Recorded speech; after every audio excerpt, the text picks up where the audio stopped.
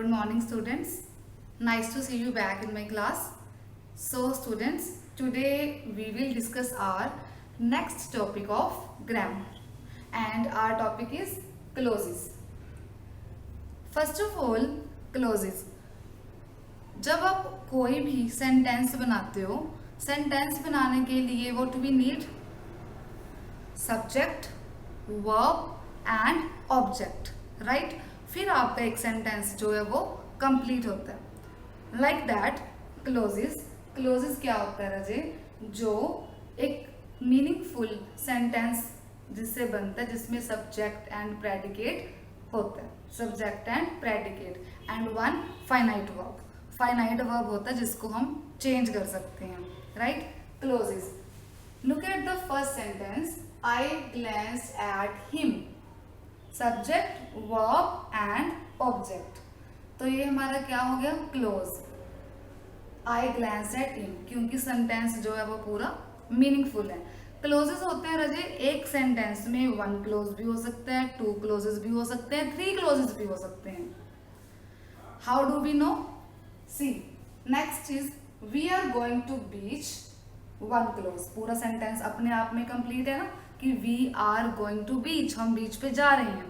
Sentence is complete in itself, अपने आप में वो कंप्लीट है. ये हमारी होगी वन क्लोज. सब्जेक्ट वर्ब भी है और ऑब्जेक्ट भी है. That I like most. Second clause कौन सी होगी? I like most. तो इस सेंटेंस में कितनी क्लोजेज है? Two. Two clauses means two sentences जो कि मीनिंगफुल है.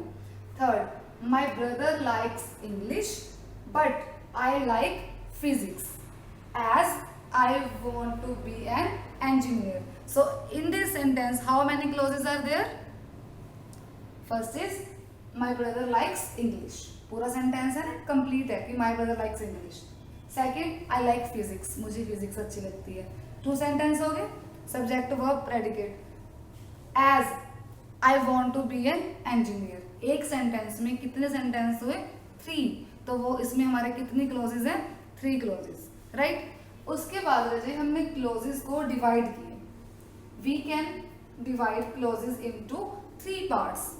फर्स्ट इज मेन क्लोज और इंडिपेंडेंट क्लोज. अब आपने थ्री सेंटेंसेस अलग अलग डिफरेंट आपने सेंटेंसेस देखे. अब आपको कैसे पता चलेगा कि कौन सा सेंटेंस जो है वो कौन सी क्लोज है, मेन है, सबऑर्डिनेट है, कोऑर्डिनेटिंग है? सो आई टेल यू, क्लोजेस जो है वो थ्री काइंड्स में हम डिवाइड करते हैं. फर्स्ट इज मेन और इंडिपेंडेंट क्लोज. आपको इंडिपेंडेंट वर्ड से ही समझ आ रहा है कि एक free sentence. Second is subordinating और डिपेंडेंट, जो किसी के ऊपर डिपेंड रहते हैं. थर्ड इज कोऑर्डिनेटिंग क्लोजेस, जो आपस में कोऑर्डिनेट करते हैं, राइट? सबसे पहले हम बात करेंगे मेन क्लोजेस की. मेन और इंडिपेंडेंट क्लोज. मेन क्लोज होता है रजे जिसमें subject is complete in itself. एक सेंटेंस को sentence is complete in itself. इसमें सब्जेक्ट भी है, वर्ब भी है और ऑब्जेक्ट भी है, राइट? इसको कंप्लीट होने के लिए किसी दूसरे सेंटेंस की नीड नहीं होती. ये अपने आप में ही कंप्लीट होता है. You are listening to me. आप मेरे को सुन रहे हो, करेक्ट? ये अपने आप में क्या है? कंप्लीट सेंटेंस है. Have you watched this? ये अपने आप में क्या है? एक कंप्लीट सेंटेंस है. इसको किसी भी सेंटेंस की नीड नहीं है कंप्लीट होने के लिए. सो उनको क्या कहते हैं? मेन और इंडिपेंडेंट क्लोजेस, जिनको सेंटेंस को कंप्लीट होने के लिए किसी भी सेंटेंस की, किसी भी फ्रेज की नीड नहीं होती. Like she saw him. She subject, so verb, him object. She saw him simple, उसने उसको देखा. इसमें हमें किसी चीज की नीड ही नहीं है कि इसको हमने कंप्लीट करना है. इसका मीनिंग अपने आप में कवर है. सेकेंड है सबऑर्डिनेट और डिपेंडेंट. डिपेंडेंट ये सेंटेंस अपने आप में एक इनकम्प्लीट होते हैं. Which I like most. Which I like most, क्या? हमें ये तो नहीं पता ना क्या विच आई लाइक मोस्ट. अपने आप में ये क्या? इनकम्प्लीट है. इस सेंटेंस को कंप्लीट करने के लिए हमें एक और सेंटेंस की नीड होती है जिससे पूरा सेंटेंस जो है मीनिंगफुल बनता है.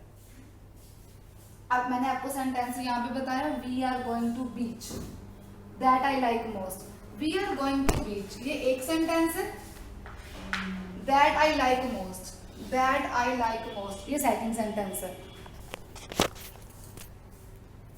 That I like most second sentence है। We are going to beach 1 and that I like most 2। So that I like most, इसका कोई मीनिंग बना? अगर तो मैं कह रही हूँ आई लाइक मोस्ट, ये मीनिंगफुल है। दैट आई लाइक मोस्ट क्या? We are going to beach. So subordinate और डिपेंडेंट क्लोजेस को, जो सेंटेंसेस ये इनकम्प्लीट होते हैं, इनको कंप्लीट करने के लिए हमें एक और सेंटेंस की नीड होती है। आई like music, I like music, this is one sentence. I like music एक सेंटेंस है। आई लाइक म्यूजिक अपने आप में कंप्लीट है, मुझे म्यूजिक पसंद है।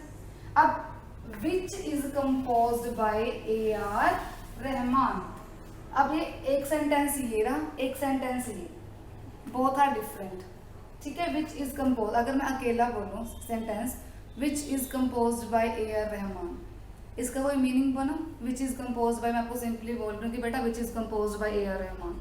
आप बोलोगे मैम क्या कंपोज्ड बाय AR रहमान? तो इस दोनों को, अब इस सेंटेंस को कंप्लीट करने के लिए, इसको एक मीनिंगफुल बनाने के लिए हमें एक और सेंटेंस की नीड होती है, जिसे हम कहते हैं subordinate close. I like music which is composed bye AR Rahman. अब इसमें 2 क्लोजेज हैं, राइट? एक मेन क्लोज है और एक सबॉर्डिनेट क्लोज है। आई लाइक म्यूजिक ये एक इंडिपेंडेंट सेंटेंस है, इसको कंप्लीट होने के लिए किसी की नीड नहीं है। तो इस सेंटेंस में how many clauses are there? 2। I like music 1 which is composed by AR Rahman, 2 clauses, one is main and another one is subordinate clause।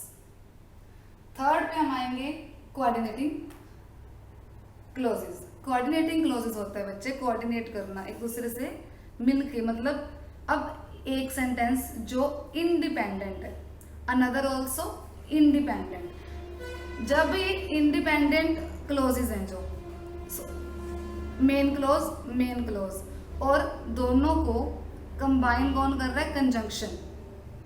जब दोनों सेंटेंसेस को एक कंजंक्शन जोड़ के एक मीनिंगफुल सेंटेंस बनाता है, वो हमारा क्या होता है?